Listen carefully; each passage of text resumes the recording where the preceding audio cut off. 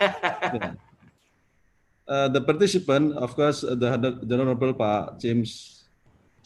The problem in Islamic higher education, especially in PTKIN, of course, PTKIS, at least three main problem. The first is human resource. The second is curriculum, and then finally is institution. So if talking about the human resource, first we talk about the lecturer, because as we know that lecture is many quota how to make institution more quality. So in my universities, in our universities, we all make many effort how to human resource can more quality by scholarship. We call 5.000 dokter program. Of course, 5.000 dokter program not only for in Indonesia but also in foreign universities. So I will try how to make more quality, especially for human resource, especially a lecturer in our university. And the second problem in Islamic higher education about institution, because in my university we have many university transform from institute for university, the school of university transfer for institution. So in Indonesia, of course, this is very difficult because besides we talk about human resource, so talking about institution is more important too. So it is my homework how to finish this program. And finally, of course, the problem is about uh, uh, of course budget, of course, because limited budget.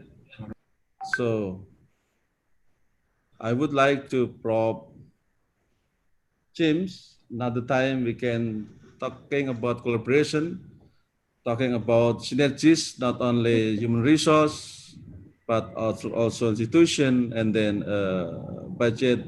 Of course, the budget we can talk about maybe grant and similar about that. Yes, I think that's all, Pak Adib. Yep, I yep. just talk about yes our Yep. problem, how to overcome problem in our university, in our PTKS and PTKN. Of course, I apologize with my mistake.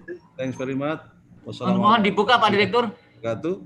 And untuk dibuka. finally, I would like to open formally, officially this program by using basmalah. Bismillahirrahmanirrahim. Bismillahirrahmanirrahim. Assalamualaikum warahmatullahi wabarakatuh. Waalaikumsalam warahmatullahi wabarakatuh. Thank you very much, Pak Direktur, the Director of Islamic Education, Professor Dr. Suyitno. He tried to manage his time because, as I mentioned earlier, that Pak Direktur just invited by the Sekjen, the Secretary General of his Ministry of Religious Affairs. Excuse me, I would like to leave this program. Yep, Pak Dir. Thank you so much, Pak Dir. I will get back to you soon to report this program later on. Yep. Okay, we'll continue. This program is actually already, this is the third time and this is the fourth time. We collaborate with distinguished speakers from overseas universities, and some of the topic is actually try to elaborate some problems that we are facing at the moment. And our session today, we are lucky to invite Professor James Arvanitakis from Western Sydney University. As you know, Professor James Arvanitakis, one of the best lecturers in Australia. So we are so lucky to have him in our distinguished speakers the end of this year, and the topic also challenging. So the topics, actually I got this topic from your book, Prof James Arvanitakis, from your edited book. Yeah. So if you can see the policy on higher education to face current challenges and the future need of the society. So this is part of our responsibility, how to respond current challenges and how our responsibility as the policy makers within the Ministry of Religious Affairs and also the universities. And I would like to also let you know that Professor James Arvanitakis also publish various publication, international journal publication. You can just googling, find out Prof. James Arvanitakis. You will find out a lot of his publication. And under his supervision, there are so many PhD students already produced, and now there are so many Indonesian PhD students under his supervision. As mentioned by the director, Professor James, there are three things we are facing at the moment: human resources, curriculum, and also institutions. So I guess all of those things we are facing at the moment, and I guess by inviting you in this seminar, of course, we are not solving all of those problems, but we are going to identify and then we are going to continue collaborate with you personally and your institution at Western Sydney University. Western Sydney University. And before I give you a time to present your PowerPoint, I would like to make sure that everyone can hear your voice. Try to say something, Prof. James. To say Hello, hello. everybody. Okay, can you hear Professor James' voice, everyone? Selamat sore. Yes. Yes. Oh yeah. Selamat Sore. siang. What time is it now at Australia, James? 5:20 in the evening. Oh, 5:20. So we have to be quick, yeah. Headset itu ada situ kan? Okay. Headset. Okay, as you can see from our invitation, the topic is about the policy on higher education to face current challenges and future needs of the society. So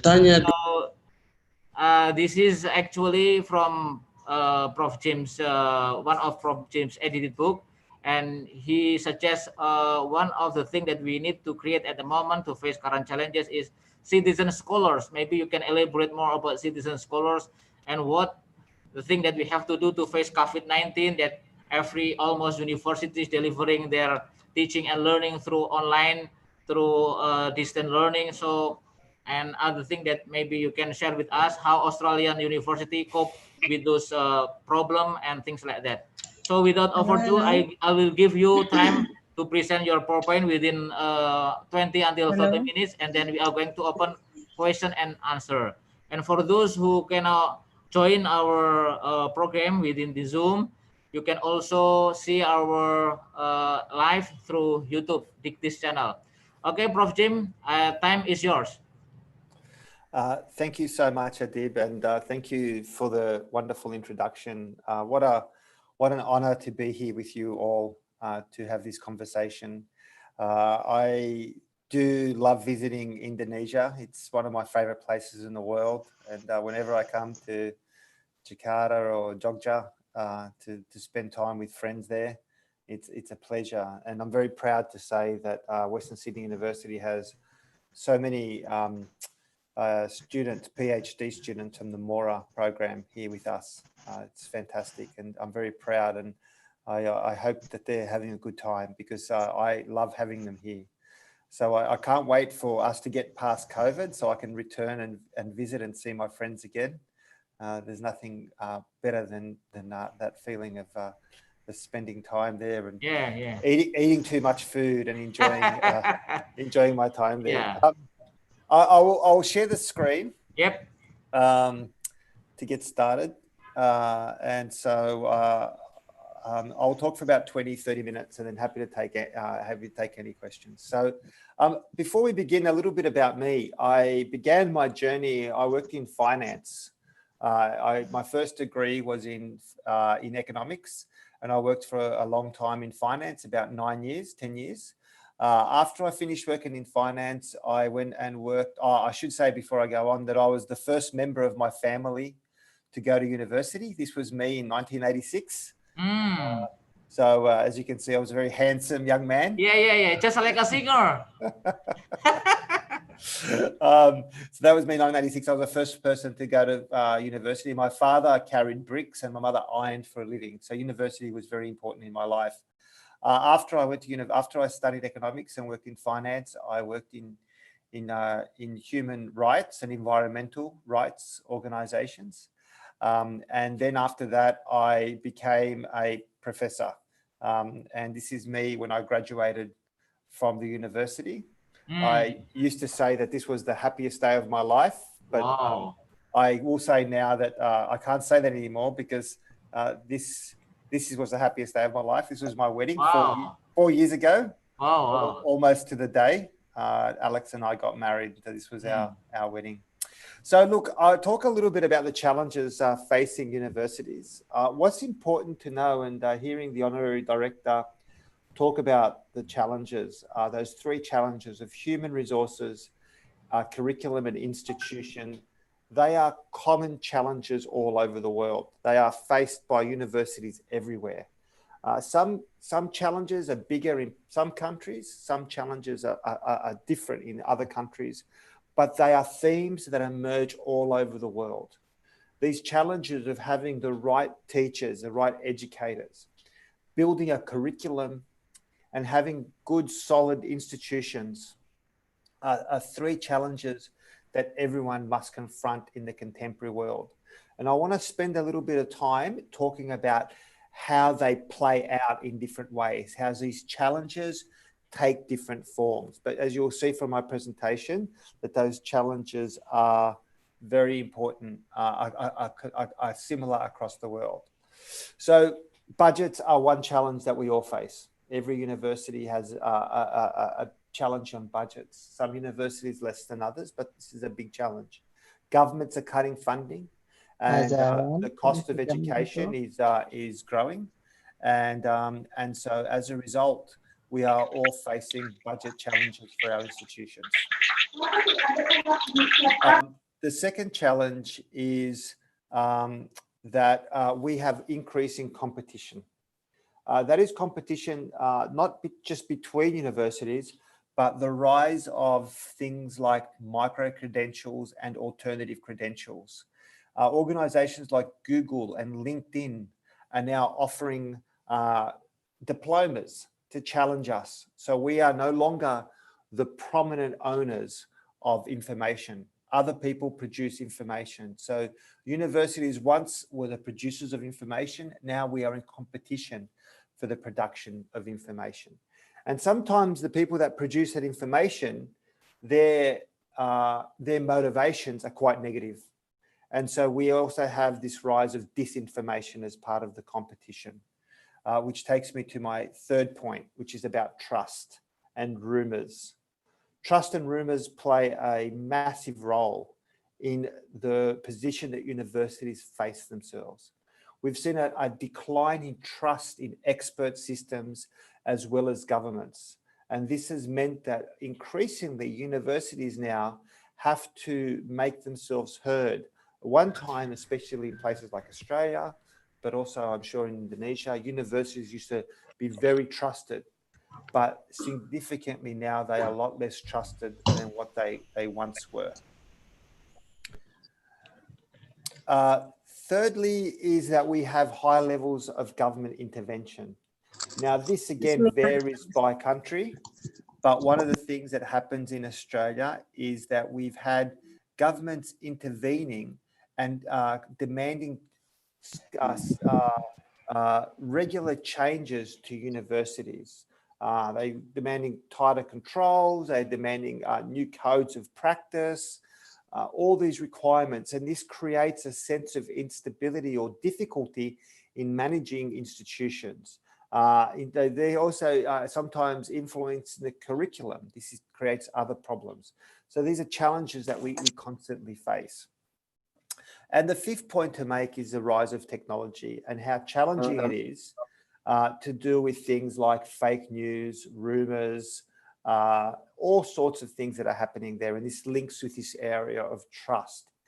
One time I was waiting in line to get a coffee here at the university, and I saw one of my students, and the student said to me, I said to me, "Oh, the lecture's cancelled today." And I said, "No, it's not." And he said, "Yeah, it is." And I said, "What do you mean? How do you know? Who told you it's cancelled?" And he said, "Oh, it was on Facebook. It was on my phone." So we have to compete to be heard. And this is a rise of technology. We have to keep up with technology. And technology can be our friend, but it can also create problems. Now, all these issues, they are what I call a double-edged sword. They have both positive and negative impacts.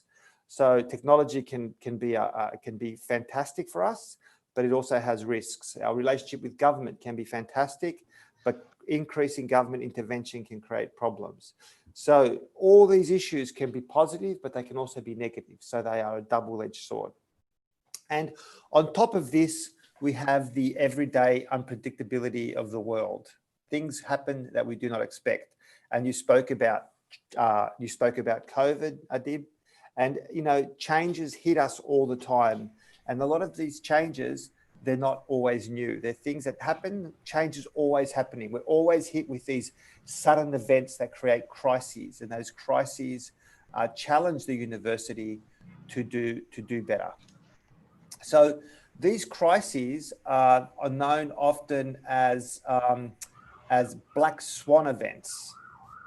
So a black swan event is the idea that in 300 years ago, everybody thought there was only white swans, just white swans. But what happened was in 1726, they were discovered black swans. And so everything that we understood about biology changed.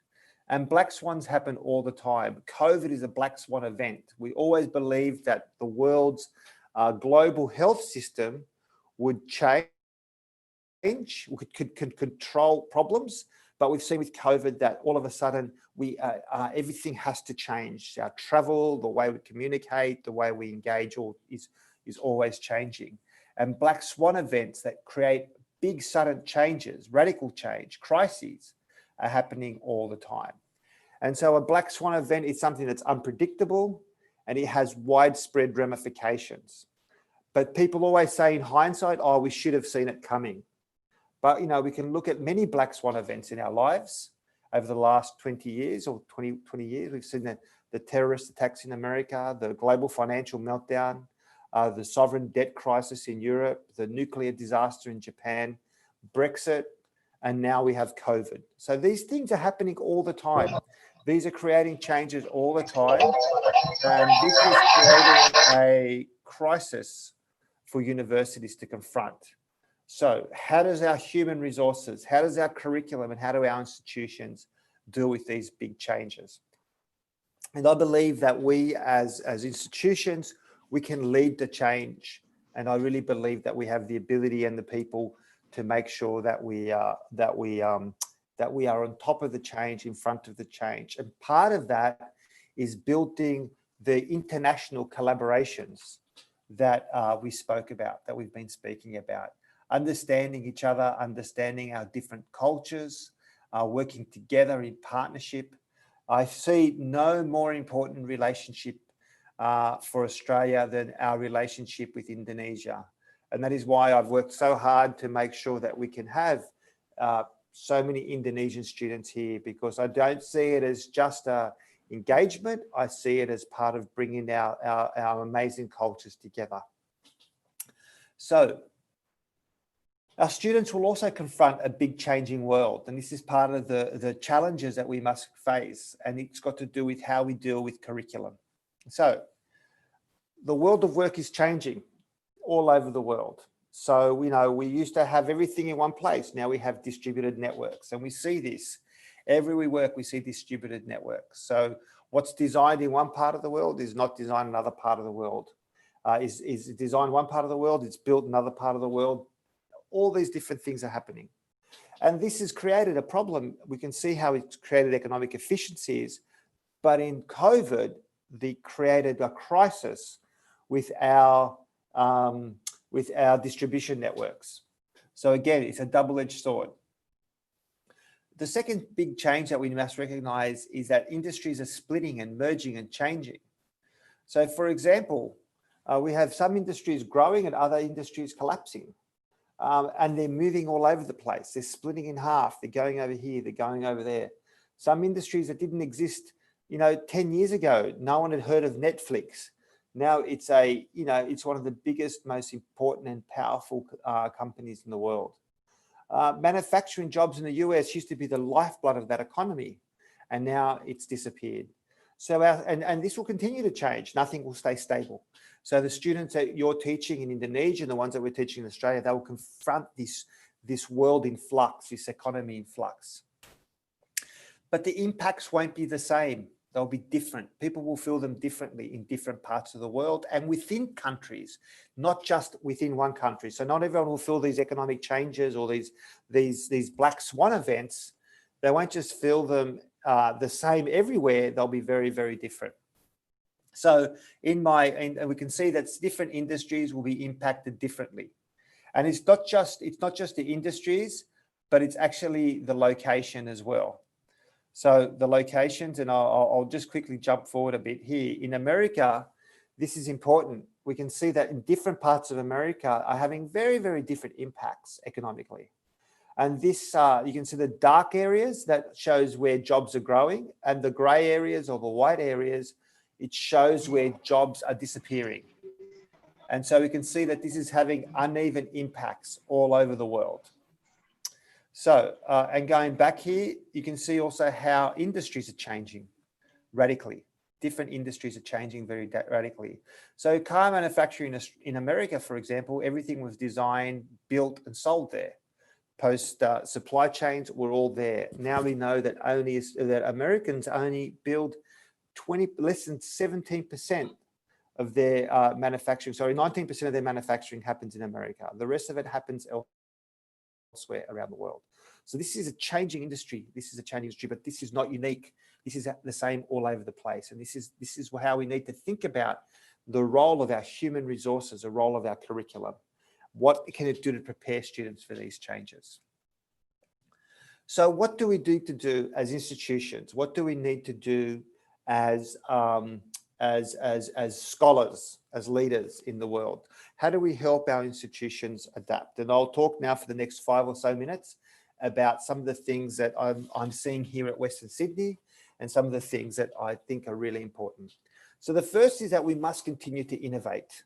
So when COVID hit, we did a lot of transferring online. Now, what was important is that when we put it online, we did not try and get it perfect. We said it's okay to do not let the perfect be the enemy of the good. We wanted something good. But not only did we do things online, we worked with our students to ask them what they wanted. We asked the students, what do you need? How can we help you? What part of the education can we help deliver online? And we got them to help deliver things. And me with our PhD students, for example, I asked the PhD students what they needed, and they said that they wanted regular workshops. And so we built these workshops twice a month where we kept in contact, and they proved very successful. But we've done a lot of this, and even some of our teaching has been organized by students as well. And this is an example of how we got students to help other students as they're studying, as they're preparing to come to university. So the second thing was to be porous, to actually think about the way that the university brings people in and gets other expertise. And here's a photo of our professor, our chancellor. Our chancellor is important because what he does, he brings people together, not just academics, but we bring teachers from other parts of we bring industry leaders. We bring religious leaders to come into the university and help have conversations to prepare with the students for the changing world. We remain human-centered. That is, we always think about what our students need in the future, what our staff need in the future, and we help design our programs. Now, at the core of what we do, and I did mention this, at the core of what we do is the idea of the Citizen Scholar Program. And the idea of the Citizen Scholar Program is that when we educate our students, our curriculum, when we design our curriculum, the goal is that we simultaneously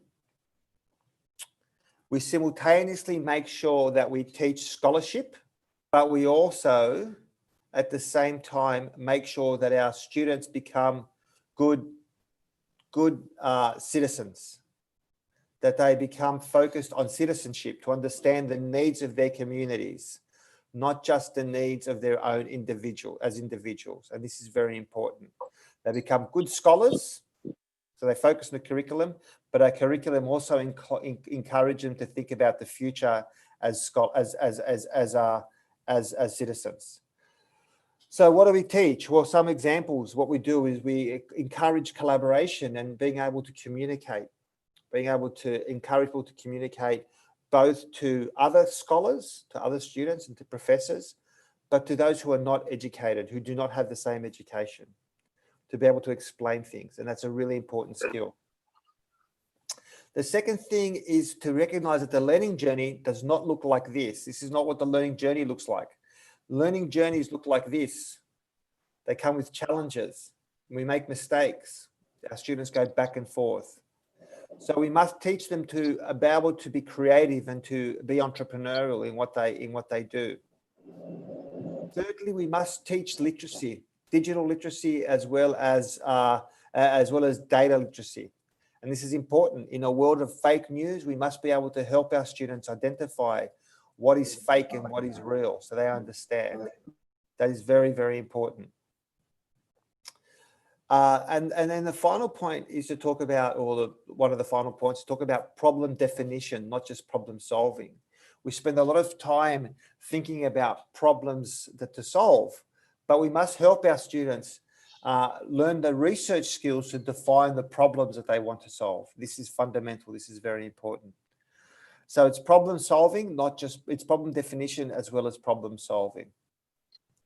And the final thing is for us to teach our students to be crossing boundaries, to be interdisciplinary, to understand that they need to work across different boundaries. And this is very important. So even our engineers and our computer scientists, they must be able to understand cultures and be able to work across different cultures. This is very important.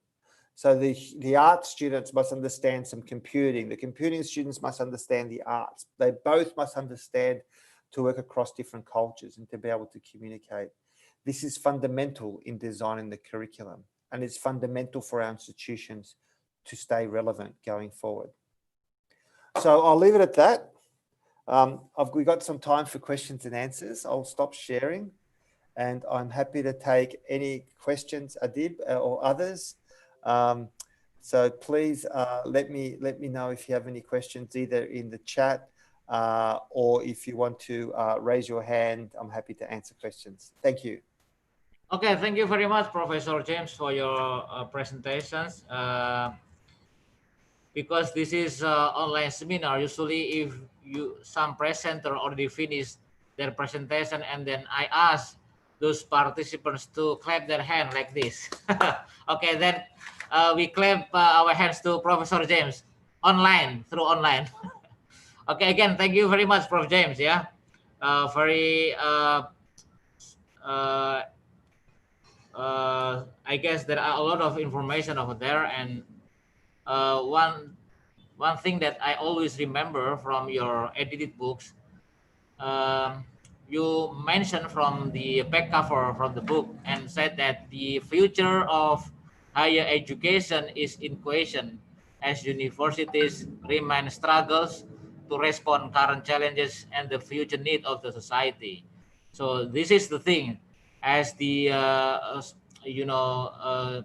university communities, the academic within the Islamic education, especially, I guess you have concerns how to improve the quality of your university and to respond the future need of the society that will be different of our current situation at the moment. So I guess your presentation gives some clue, like citizens scholars, that we need to embrace those citizen scholars, those who are able to work across boundaries and synergies. So I would like to invite some of the participants who wants to to clarify or to ask some question. First of all, from a student from Western Sydney University, I already got in special inbox, yeah, from, I don't know, I would like to choose Romi or Isriani. I don't know who already prepared. Oh, Mas Romi, I guess, yeah, your background, yeah, full of book. I guess he prepare a lot of reference, yeah, to ask a question. So be ready, Prof. James, yeah. Okay, the first from Mas Romi, and then the second, I guess, from the Vice Rector One Academic from UIN Malang, yeah. That's yours. The next question from State Islamic University UIN Malang, and I guess at this stage the two question I give time. The first question from Mas Romi, please. Time is yours.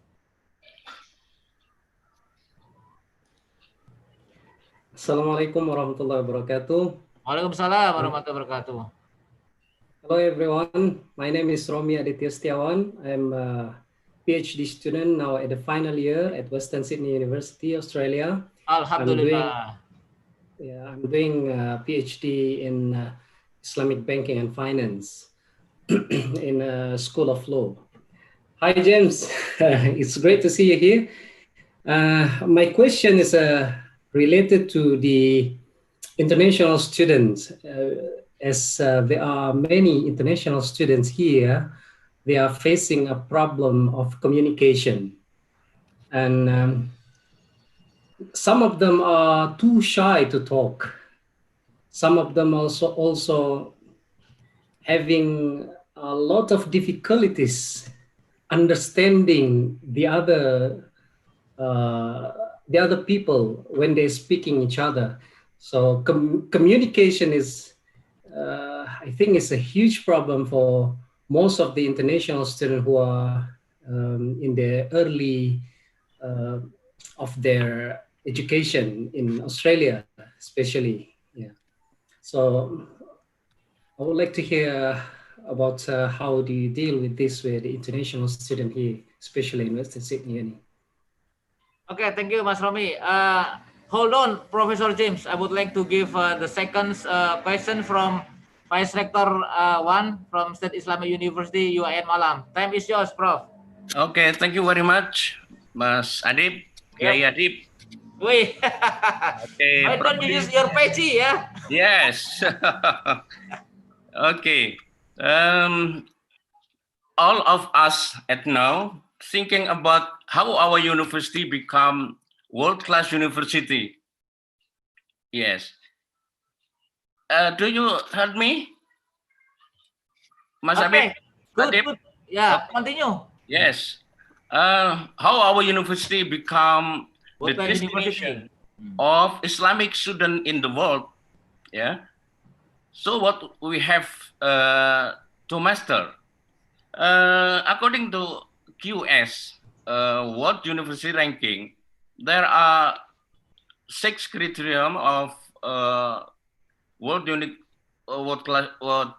class university. The first, academic reputation, 40%, and the second, employer reputation, 10%, and 3, faculty student ratio, 30%, and citation of the per faculty, 30, and 5, international faculty ratio. So we are now in Win Malang preparing them. And I will ask to Prof. Jim, yes, Prof. Jim, how to prepare the world-class university for especially PTKIN in Indonesia. Thank you very much, Mas Adib. Okay, thank you, Prof, for your question. And that's also, I guess, represent other question from Vice Rector Academic as well, because some of them, Professor James, some of the state Islamic university, we now having 17 state Islamic university. They want to improve their institution, become world-class university, just like from Western university, because you are under ages 50 years of age for the university, but you already reached world-class university. What is the tips or solution? What is the method, strategies to reach world-class university? That's maybe the question from Vice Rector State Islamic University in Malang. And just to let you know, Professor, the Vice Rector UIN Malang, UIN Malang, one of the State Islamic University who got a lot of students from overseas, isn't it, Prof? Yeah. Yeah. So there are a lot of international students from who study at UIN At the Malang. country. Okay. And second, and the first question from Mas Romi, I guess he just wants to give some, motivation for those who a little bit shy for the first years for the international student, how to actually motivate them become a part of the Aussie community. Maybe I don't know what is the situation at the moment. Maybe having a barbecue, Professor James, you invite them a barbecue within your house, and bring your own share plate, everything. I don't know, but I guess maybe um, one of the important question from Asromi is that how Indonesian students can connect directly with the Aussie students, culturally. That's the thing, maybe. So we will build collaboration and connection, good connection as a neighbor in the future. Okay, I give time is yours, Prof. James. Thank you, Adib. Look, I'll start with the second question about world-class universities, and this is a big challenge. Yep. So I think there are three very, very clear strategies to be built that I think we adopted as a university, because it's been like an 8-year journey for us to enter the world rankings and do well. So these are the strategies that we adopted. So the first strategy was to identify a clear focus for us. So what were we going to focus on? So we picked 4 research themes, 4 clear research themes. We picked, because Western Sydney University is on the edge of Sydney. So it's a peri-urban area. So it's between the country and the city. So that area there. So we talked about, well, this is what our area is known for, and we will specialize in this area. So health in that area, sustainability in that area, the future of work and education in that area, and also livable cities. How do you create a living culture in that area? Now, what's important is that we then encouraged our researchers and rewarded our researchers to focus in on high quality research in that area. So the second thing is, so the first one was to pick a focus and to make that focus very known, that we wanted to be known for these things. So the second thing was then to encourage our researchers to publish and research quality, not quantity. So when someone was publishing, say, 3 articles and they were okay, we were saying, don't publish 3 articles, publish 1 excellent article, right? Don't try and get lots of articles out. Think about getting a good article. And that required us to have processes of training and of coaching to help identify that. And the third thing was to seek international partnerships. So to work with partners internationally and nationally. So, for example, you are known as for your leading scholarship in Islam. Romi's work on the financial systems, building partnerships with other institutions, both inside and outside Indonesia. That research, build a partnership there, share the research, co-publish with growing institutions, especially institutions that have a world reputation like ours. Co-publish, co-work with them. And so that will also create that increasing connection, and it grows the reputation. And so the issue there is the fact that partnerships are important because reputation, you talked about reputation, 40% of reputation is really important. So even if, so then what you need to do with your partners is tell them, help us with our reputation. When the survey comes, ask them to fill in the reputation form. We tell people we have an international reputation. It's important for our partners to recognize us, to fill in that information. So they're the three strategies we adopted. We're very clear, focused on our research themes. This is our research themes. Two, to become, to sort of focus on quality, not quantity. So at one point, the average article we were producing was like everyone was producing 4 articles a year. And now it's 2 articles a year. But the quality of the journal articles we publish in is so much higher. And then the third thing, as I said, is partnerships. And I think that's really important. And build the partnerships in the area that you want to specialize in. So for example, we built a very strong partnership with Hereford University in England. Why? Because they also want to focus in peri-urban areas.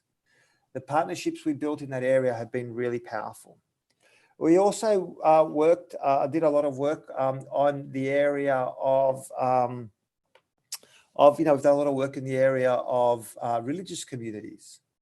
And, and one of the reasons we have Professor Adam Possamai, and he builds connections with other religious studies scholars around the world. So I think it's really, really powerful. So they're my 3 strategies. And Adib, I'm happy to provide more information and organize an alternative, a different meeting to talk about that at some point. Now talking to Rami's point, and Rami, look, I think this is one of the big challenges for international students everywhere.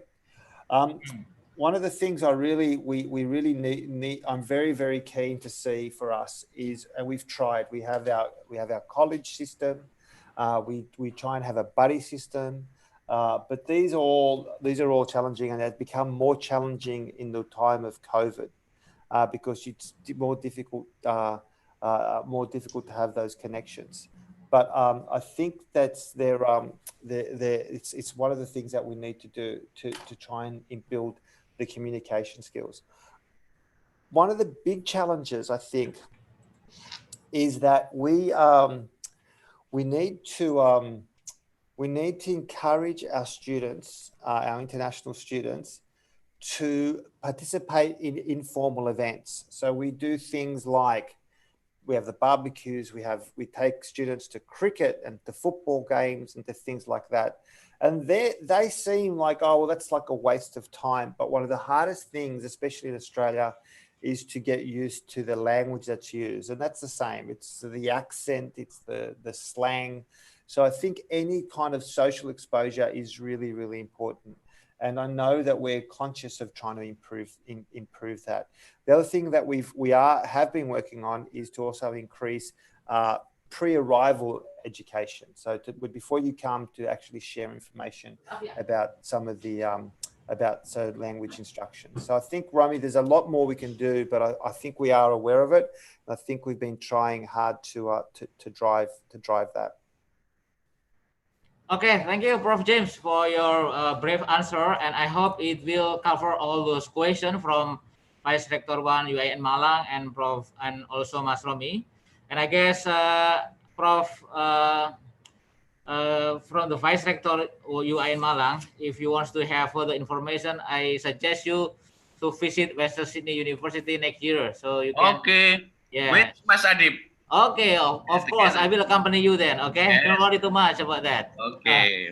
Okay, Prof. James, if you look at the chat room, there are a lot of questions there, but the theme is about the COVID-19. The COVID-19, how to let's say a best practice for delivering curriculum or practicum under COVID-19, and then also the question about the those ideas mentioned in micro scale, both financial in terms of COVID-19 as well, design a cool and wide education models in the era of COVID and pandemic. And those things maybe you can, give some short explanation. Okay, I would like to give Mr. Zulfahri. He is one of the subsection leader for the cooperation. So I guess he is going to ask a question about how to improve our collaboration during the COVID-19. What is the challenge? What is the problem? How that's possible to create a closer partnership from university to university under the COVID-19. Time is yours, Mr. Zulfahri. Thank you, Paddy. Thank you, Prof. James. Can you hear my voice? Right, thank you. Before we come to that question, I would like to ask first, talking about the future of a university, what will happen then? You see today that kid no need to go to university because most of a big company do not what we call this one do not need a degree to apply for a job. For example, Google or Facebook, they don't need people with the degree. They need only a kid with a qualification or with a skill. So at this time, what the university can do to cope with that situation? Because maybe in the future they don't need university anymore.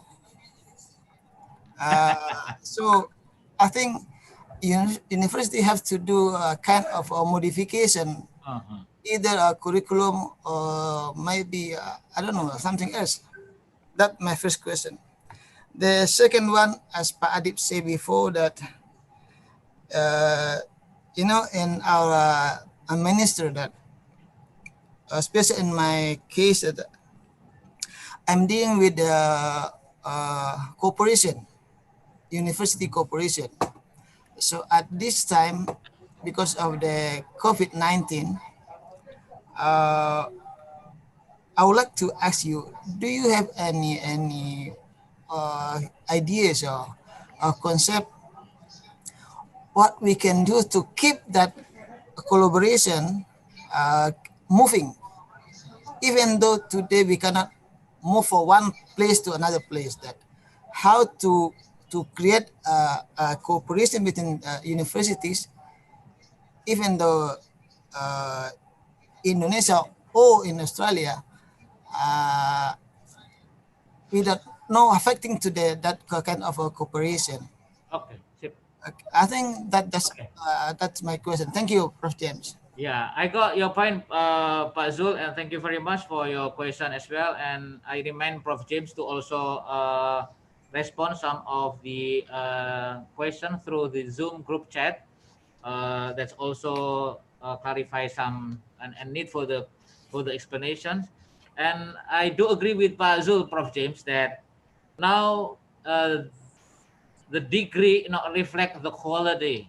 Yeah. So that's the question: how as universities respond these things? Because like mentioned Pak Zul, Google no longer need the qualification, the degree. What they need is actually the quality, the competency. So how university deal with this? I guess that's a very good question, Pak Zul. Okay, time is yours, Pak James. Thank you, Adib. Thank you, Professor Zul. Yeah, look, I talked about this a little bit when I put up the idea of competition, and I showed Google, because Google is one of those examples where they say we will train people. Now, what's important, I think there's two things that we're doing to confront that. The first thing we're doing is we're reviewing our curriculum to give it more, and that is the idea of the Citizen Scholar program, to say, okay, well, we still need to teach them to be, to teach them the curriculum, the traditional work. So we want our engineers to be good engineers. But the second part is to teach them skills which are applicable everywhere. So, for example, you have to teach people to learn, so they can teach themselves, to be able to learn themselves. Because if you teach a computer program today, in 3 years' time, that program will be obsolete. And so what we need to do is we need to give people the skills to be able to adapt And that's important. And Google will not teach that skill, right? For Google, they want them to learn about Google. We want them to be able to take on a whole bunch of things. So we want to think beyond Google. So that's one of the things, to learn to learn. That's what we need to do, learn to learn. The second part of what we're doing is to build what we call work integrated learning. So work experience into the education program. So a lot of our students will have the work experience to understand. So when they enter the world of work, they begin with a head start. And this is obviously a hard challenge, but it's so important for our students to be prepared. And we do some training before they go to work. So they're prepared, they know what to expect. So they're not just, so they're highly skilled to build those competencies before they get to work. It's really, really important. And in the Citizen Scholar work that I've done, we call them proficiencies. So what are some of those proficiencies? Well, those proficiencies, we talk about things like communication. We talk about working in teams. We talk about mistakability, that is learning, teaching people how to learn from their mistakes. So these are the skills that we need to build in. So they're the two strategies that we've been using, and our students have the highest level of satisfaction in New South Wales across all the universities here, and that is because we've begun to implement these changes. And again, I'm happy to provide more information to you, or come and visit us in Australia. The second thing, the questions about the COVID world. Look, we did a lot of research in about working online, and the students want two things to work online, to be able to enjoy the online experience. One of those things, one of the really important things, is interactions. And interactions are important. It goes back to Romi's point. People need to communicate, need to feel connected, need to socialize. So when I run my classes here in Australia, when I run my classes here in Sydney, what I always do is and Adib has seen this, I talk for a little bit, and then I get the students to do an exercise to talk, right? To talk amongst themselves. So I ask them a question, I give them a challenge, and I get them to talk in groups. This group connection is very important because it teaches people to work together. Now, I know that the culture in Indonesia is a little different to the culture in Sydney, in Australia. People don't come together as easily, but it's something we need to build into the curriculum, to engage, to talk, to interact. Now, online, it's the same. So in Google, we have the ability to do breakout rooms. So you ask students, you can get students to break out into different groups and work together. And what you can do with Google is to have, with Zoom, is you can get people to put in their answers here on the side, when people can start answering things. Like if I say, what are the three big challenges in COVID? Someone can write the answers here. Loneliness, building connections, getting a job. Right? So they're the challenge. We get them to write them in there. Then you can get those things. They're really important. That's really important to be able to do that. So we have the opportunities to use this technology to actually encourage students to interact more online. And it's a really, really powerful way to do it.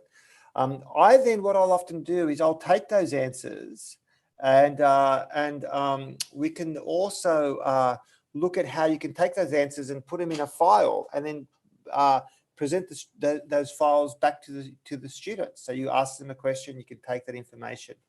Google has Zoom has other tools we can learn to use. So it's a matter of always sitting there thinking to yourself. I mean, and one here is, hang on, let me just see.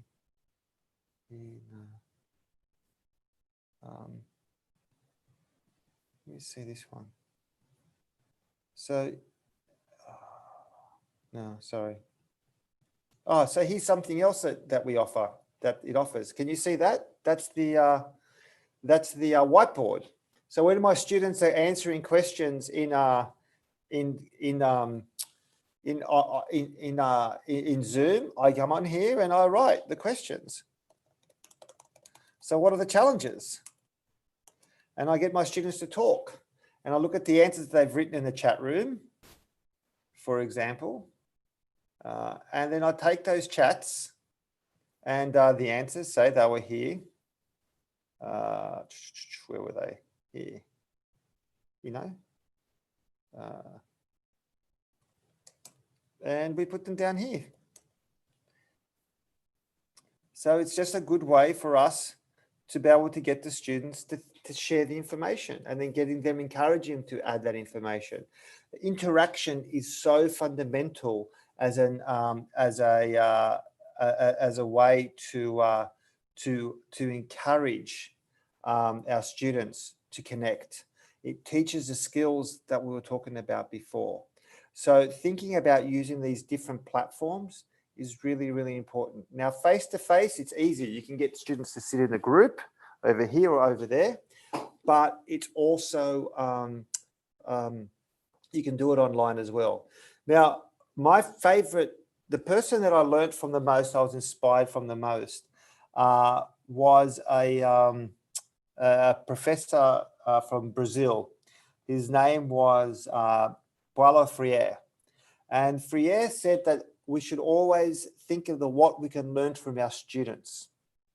So, for example, I'm the professor, but I have an international student. That international student has experiences I don't have. They're learning a language. They're learning to go to school in a different language. They have different experiences. I might have a young woman in my class who may be raising children. They may have worked at different places I've never worked. So these are all experiences. So the question is, how can we, as educators, as scholars, encourage our students to share their experiences, to bring them into the classroom, and to listen to what they say, to also have an opportunity to hear them. This creates this interaction and it builds confidence. And it is part of, you can do it face-to-face, and you can also do it online. And I think that's really, really important. Yep. Okay, thank you very much, Professor James Arvanitakis, for your answers. And I also already remind some of the participants that we do have actually 15 until 20 minutes to go. For those who wants to ask a question, I give you the opportunity to ask a question through James directly, yeah, not through chat, yeah. Anyone who wants to questions directly to Prof. James instead of Zoom group chat.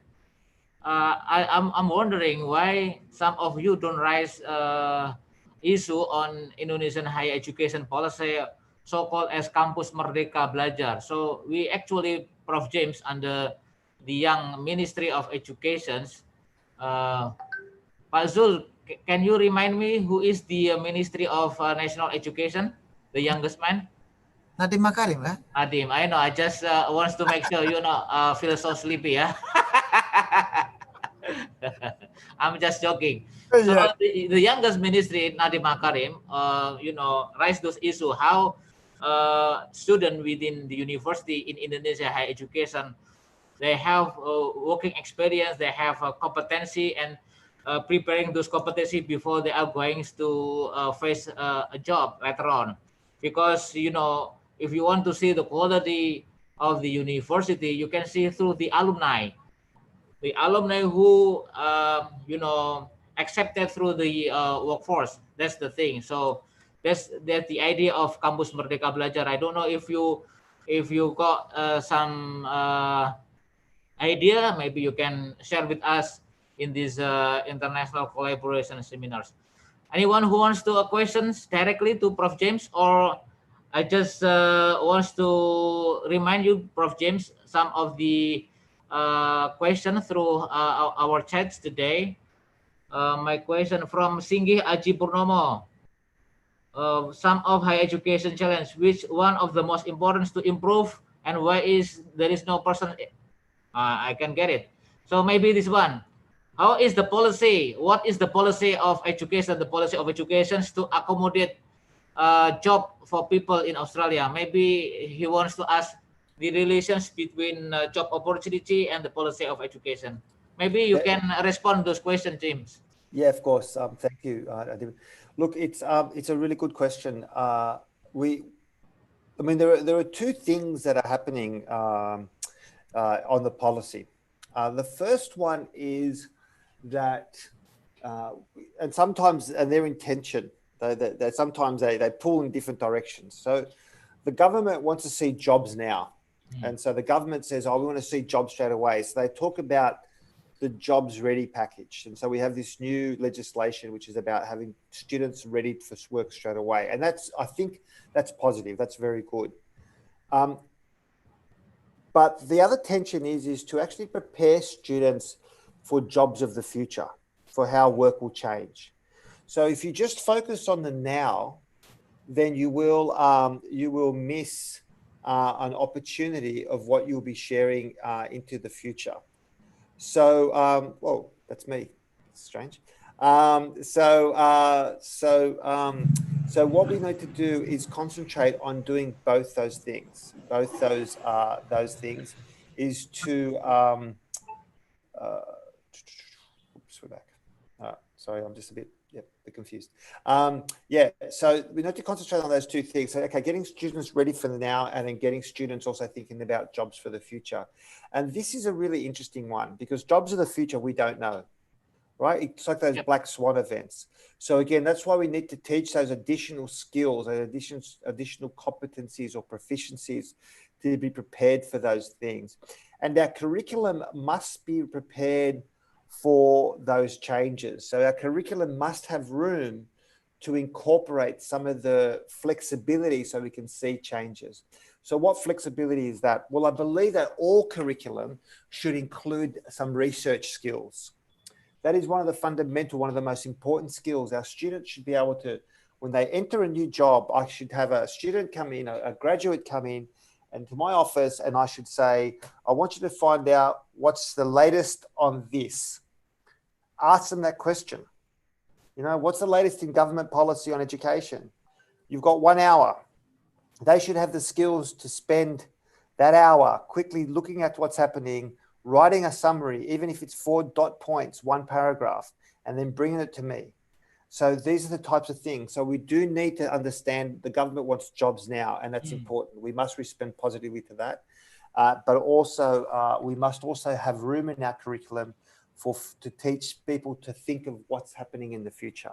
And that's a tension, because government wants everything now, so they can show the chart at the next election. They can put up the chart and say, look, we've got more jobs, right? And so it's important that we meet that need. But at the same time, we must also think about where we go to in the future. So that's the first thing. I think that's the answer to that question. The other question about which one's the most important challenges that we face. I think one of the big challenges that we all face is someone's saying it's too low. Can you hear me now? Is that okay? Is that better? Yeah, that's okay. Yeah, one of the big challenges, I think, it goes back to human resources. You know, that we are so busy that we just think about what we're going to do today as educators, and we don't think about planning ahead. We don't think about improving our teaching. We don't think about that. So part of what we need to think about is, how do we create an environment where our human resources, our teachers, always want to be better, want to improve. Every time that they do, they want to do better research, they want to do better teaching. What rewards can we give? Is it possible to give rewards? That's one of the things to think about. But also, how do we partner together? How do we get our people to think about excellence? Because if you sit there and say to someone, I want you to publish, and they give you 10 articles in a year, but those articles are no good, but someone else gets 1 excellent article. How do you recognize the excellent article, not the 10 average articles or the 10 poor articles? These are complex questions that we struggle with. So that is a never-ending question for us, and it's one that we need to really think about. Yep. Okay, thank you, Prof. James. I think we are going to end up our international collaboration seminar series.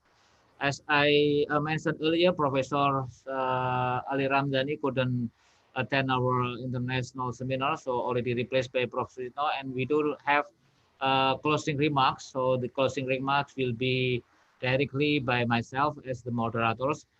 On behalf of the Director of Islamic Education, Directorate of Islamic Education, I would like to say thank you very much for your participation, especially for our distinguished speakers, Professor James Arvanitakis, my colleague at the Subdirectorate of Institution and Collaboration, Subdit Kelembagaan dan Kerjasama, all the subsection leaders, and my beloved team at the Subdit, and all the participants, Vice Rector One, the Director for Postgraduate Program, and all the participants that I couldn't mention one by one, especially a PhD student at Western Sydney University from Australia. Thank you so much for your participation. And Prof. James, this is our tradition. Before we are closing our international seminars, we are going to have a screenshot photo. So please, for those who still sleepy, please wake up, wake up, wake up. Adib, I want to do a screenshot selfie. Okay, good, good. Let's do it. Yeah. You got it? 1, 2, 3, cheese. Perfect. This is awesome professor. Yeah. This is millennial professor. Just like myself and my PhD, other PhD student, you must follow Professor James. Yeah, energetic and millennial, and positive thinking. Okay. Again, thank you very much for your participation, and I hope we can see you again next year, to 2021. And this is the end of our international collaboration series. I guess this is number 4, yeah, Pak Zul, ya. And we are keen to continue this international collaboration by offline and virtual. But I do hope that we can meet face to face later on. And we also hope that COVID-19 will be disappear very soon. Yeah, no good to have this COVID-19 around us. We cannot chit chat. We cannot, have a coffee, things like that. No, no good, no good. Yeah. So everyone, thank you very much, and I wish you all the best. Let's close our session, our international collaboration seminar, with saying Hamdalah together. Alhamdulillahirrabbilalamin. Thank you very much, Prof. James. Yeah. Thank you very much, Prof. James. Let's Thank you, close. James. Thank you, Mas Adib. Thank you all. Ya. Thank you. Assalamualaikum warahmatullahi wabarakatuh. Waalaikumsalam warahmatullahi wabarakatuh. Silakan yang mau foto bareng lagi di on kan tuh videonya. Ini Zoom yang mana? Di dosen masuk dulu tadi. Wah, baru sudah ini udah banyak nih, aduh. Waduh, ya terima kasih ya partisipasinya ya. Mantap, mantap. Yang di Australia Mbak Nisa Padilla, musim apa sono sama Mbak Istiani? Nggak pulang ya? Musim apa ya sekarang?